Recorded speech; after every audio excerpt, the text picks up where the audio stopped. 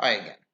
After I show you how to do the FV function, the future value, how to calculate it, now we're going to go for the present value function, the PV, and how we're going to calculate the present value. How much do I need to pay for an investment if I'm going to gain $1,000 after 2 years and the interest rate is 10%. This is the opposite of future value because here in this question I have the future value and I need the PV. The first one was I have the PV or payment or both of them and I need to calculate the FV or the future value.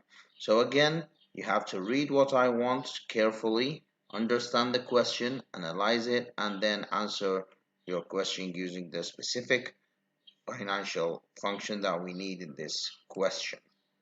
So here, if we receive the amount of 1,000, we're going to receive an amount for 1,000 after 2 years. That means it's going to be the future value. So my FV here is going to be $1,000.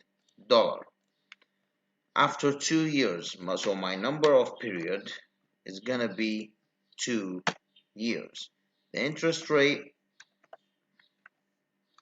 is going to be 10%. Doing all these are the three arguments or parameters that we're going to need to solve, the main ones that we're going to need to solve our PV function. Now what do we need to do? Is just calculate the present value. Just calculate the present value. And here equal PV. What do I have? I need the rate, so this is the rate, comma. Number of period, I have it.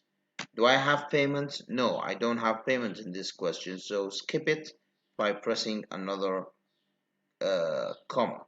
The future value is this. Do I have type? No, I don't have type, so close your brackets and press enter. These brackets in accounting means that it's minus. You can write it like this in this format, or you can write it like this in this format. PV, it's very easy. You can just acquire more marks in exam for this function.